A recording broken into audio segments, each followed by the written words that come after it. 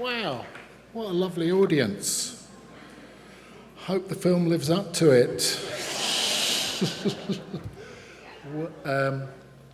Well, thank you very much, everyone, for coming out tonight for the world premiere of our movie. And I won't take up too much of your time, but there are a few people that I should thank. I'd like to thank Cameron Bailey and everyone at Toronto International Film Festival for hosting us and looking after us so beautifully. Thank you. And I'd like to thank our friends at Apple who've been amazing partners in the making of this movie. Zach Van Amberg, Jamie Ehrlicht and Matt Dentler. Thanks, guys. You've been absolutely amazing. And I want to thank my colleagues in the filmmaking team. That was, as they say, there's no I in team, and this really was a team effort. Thanks to Jamie Lee Curtis, the great Jamie Lee Curtis. And to Jason Blum for being my friend and wonderful. For Gregory Goodman, who did a fantastic job. To my lovely wife, Joanna Kay. To Brad Ingelsby, who's down there somewhere. Brad, thank you. To Lizzie Johnson, who wrote the wonderful book. And to my friend, Billy Goldenberg, without whom I couldn't have made this film and who cut it so beautifully. So thanks, Billy. And then, well, when you make films, in the end, you learn as you get older to get out the way of the actors and let them do their thing, because it's all about them. And I was really blessed. I won't go through all the wonderful cast, but they were absolutely superb. But I should mention America Ferrera, obviously, who was fantastic. Well done. A guy called Matthew McConaughey, I think may have a bit of a future in the business. Vazquez, who was brilliant, and Ashlie Atkinson, and they'll all be on stage afterwards and you can ask them the questions that you need answering. And I just want to say one last thing. I mean, in the end, this is a film about events that actually happened to a real community, the community of Paradise in California. And it's about a number of real people who lived through this experience and whose stories we tell tonight. And I want particularly tonight to pay tribute to 5 of them. They're out here somewhere, please stand up. Mary Ludwig, Kevin McKay, Sean McKay, John Messina and Ruby Hartwig. Hey!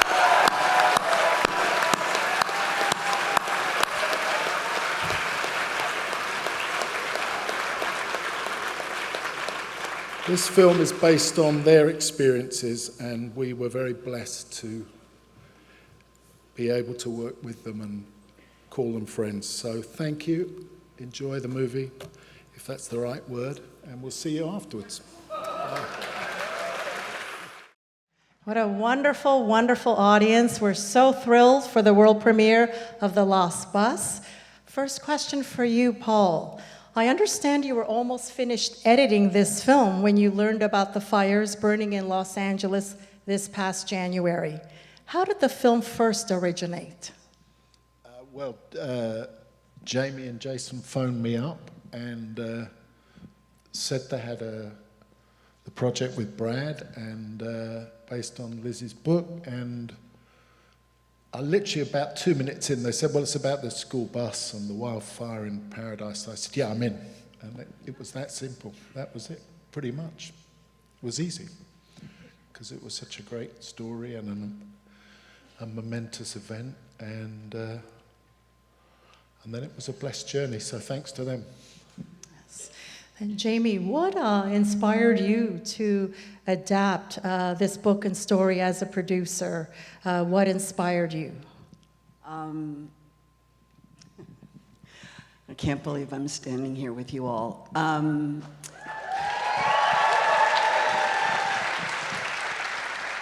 It was August 20th, 2021, I was in Idaho, and I read an article in the Washington Post, which was a review of Lizzie's book.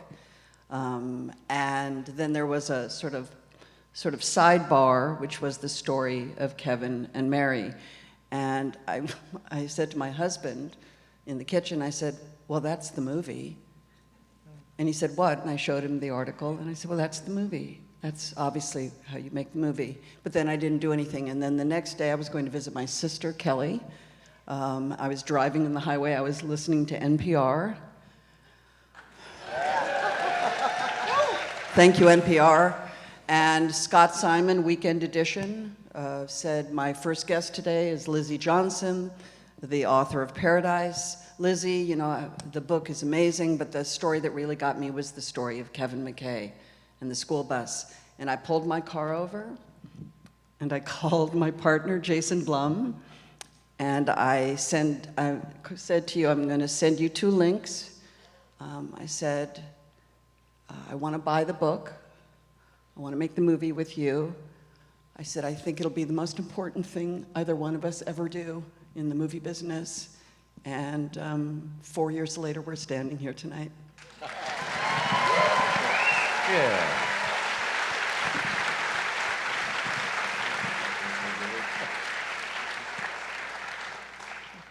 That's it.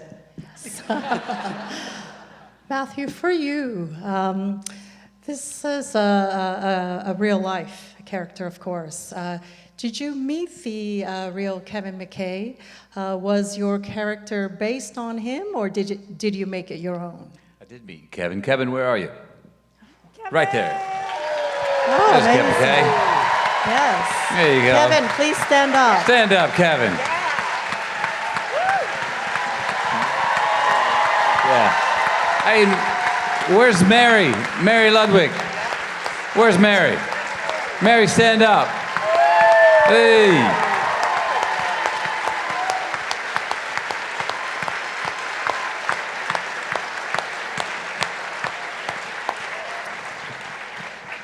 I did meet Kevin. Yes. Obviously, yes. And Mary. And Kevin and I spoke a few times. And going into this, look, when something's based on real events, inspired by real events, I think as an actor, probably as a director too, I suppose, you come into it with a little more responsibility, reverence, etc. But we were not telling a biography or a documentary on it. So while the events are pretty much what happened, after I got to know Kevin and heard him tell his story many times, it would pick up where he would get caught up or something would affect him in telling his story. We would discuss some of those times, which were similar to the journey that I got to take in the film. But after that, it was, we fictionalized some things that keep the spirit of the truth, but fictionalized some things with work with Paul.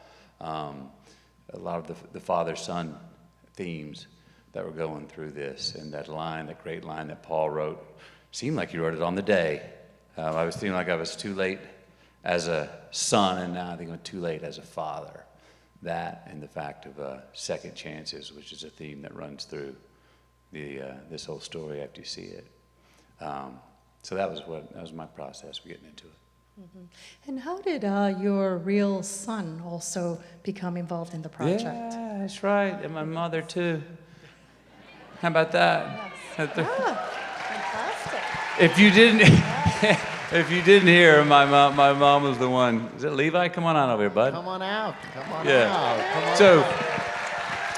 So Levi, come on down, bud. So my mom has kind of always been a performer. I've actually, Richard Linklater put her and I in one scene in a film we did, Bernie, and she's always been performing. I had no idea that this young man, my son, was interested, but when I pitched the script to the family, as I always do before work, I got to the part about Kevin having a son, and he asked me one day, well, how old is he? And I said, he's about your age. And then he goes, you think I could read for it? And I didn't say anything. That wasn't enough to make me say maybe or anything. He came back 4 more times, and I said, okay, now he's working for the idea. And I said, yeah. And I knew they hadn't cast the part, pulled out the camera, worked with him on a scene and sent that to Francine Maisler. And I said, I remember I had a note. I said, I think he might be good enough for a callback. And she wrote back, I think it might be good enough to show to Paul. And I went, oh. And I said, well, if you do that, will you do me one favor? Will you pull the last name off? So it's just, there's no McConaughey on the end of that. And she said, yes. Next call I got, that he said, he goes, hey, that's the guy, that's the son. And then he was told, well, that happens to be Matthew's son. And then Paul Fash, he was like, even better, great. Oh, what a great story. Yeah, let's cast your mom too in a couple of months, which he did. So this is all due to Paul. My family's in this due to this man here to the left. What a great story. You were fantastic. Fantastic, yes. Real Sean is out there. Where's Real Sean? He's out there somewhere too. Real Sean? There he is. Hey, there you go. Woo! And for you, America, this is such a different role from your last wonderful performance in Barbie. How do you mean? Very different film. How did you come on board? Was it at a script stage? Can you talk a little bit about how you came on this project? Yeah, I was sent the script, and I knew that Paul and Matthew were on board. I'm a huge Paul Greengrass fan, a huger fan now that I've had the chance to work with him. I liked Matthew McConaughey. Okay, like he was. Just kidding. I loved you. How to Lose a Guy in 10 Days, my favorite. Truly. But you know, I read the script, and really, Mary, who is in the audience, it was Mary's journey, the call that she answered to show up for other people's children when she had her own children out in the fire. And Mary was so generous and spent so much time talking to me and answered all of my questions.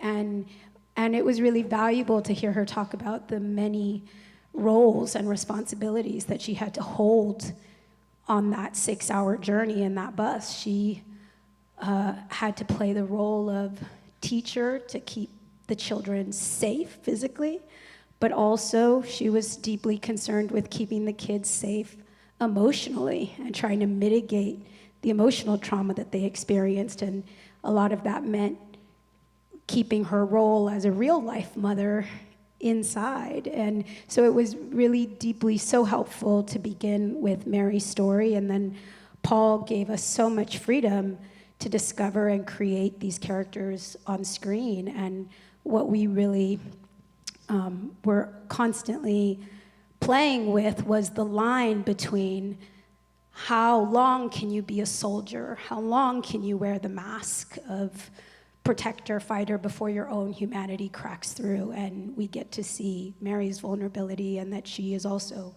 a human facing her own mortality. And so all of those beautiful reasons and more drew me to the role, and it was a complete honor to get to portray Mary on screen. Thank you, Mary.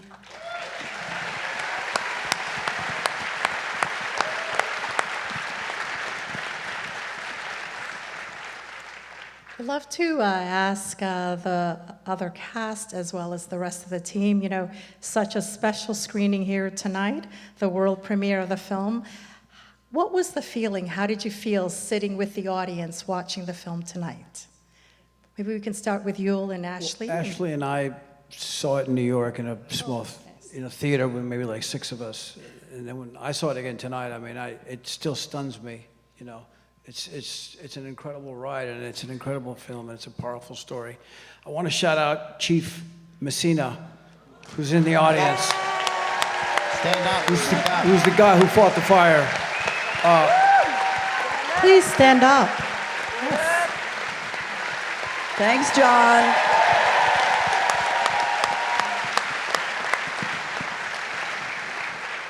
Yeah, I think one of the major differences is not only all of you are here, but they're here, right? Ruby Hartwig, where you at, Ruby? Will you say hi?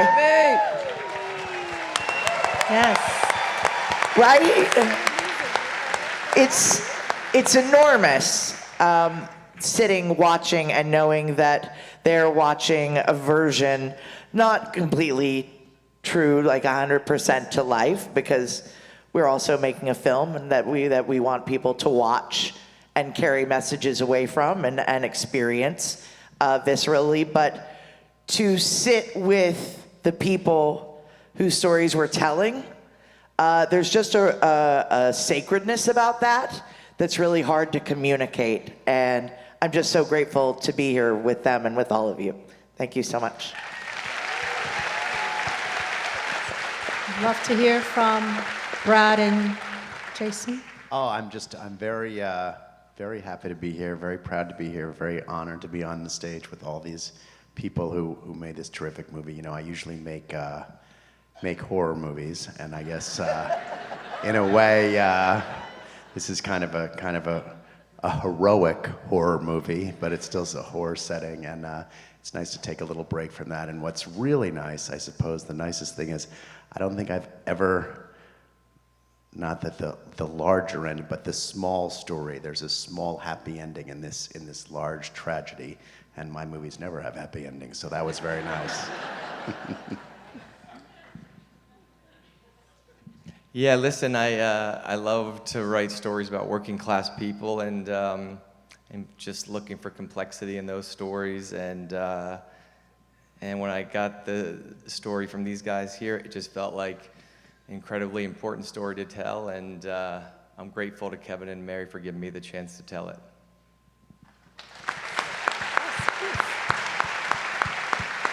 I just have one last thing to say. You know, the first contact I made was with Kevin and Mary. And you know, when you're a producer calling someone to say, hi, we want to tell your story and make a movie about your life, you know, obviously there must be trepidations and some concerns. You know, we're basically from Hollywood, and this is a true story. So when I called Kevin, the first thing he said is, hey, Jamie, you know, we have a weird connection.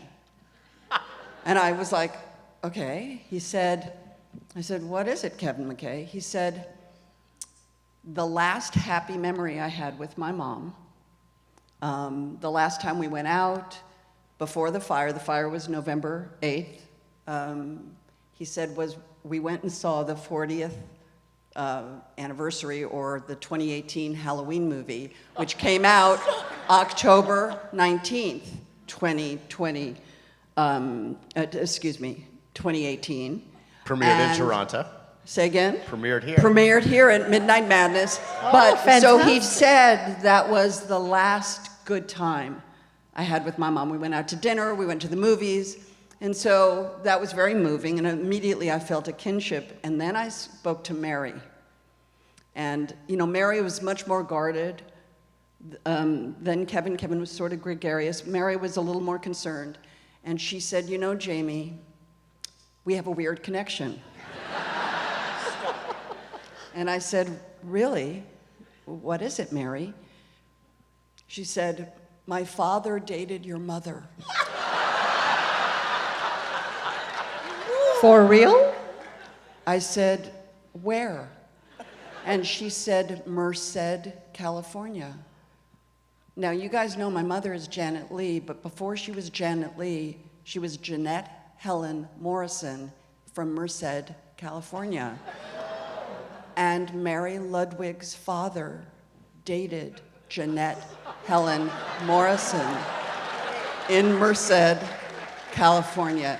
So when I tell you that this moment of trust between Kevin and Mary was born really from something much bigger, and the fact that we're all here together with you at the world premiere of a movie about their story, told by a master, produced by a master, is just a thrilling, weird connect the dots, and I'm very proud to be here with all of you tonight.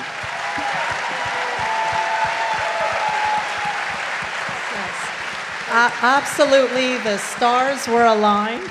This was meant to be.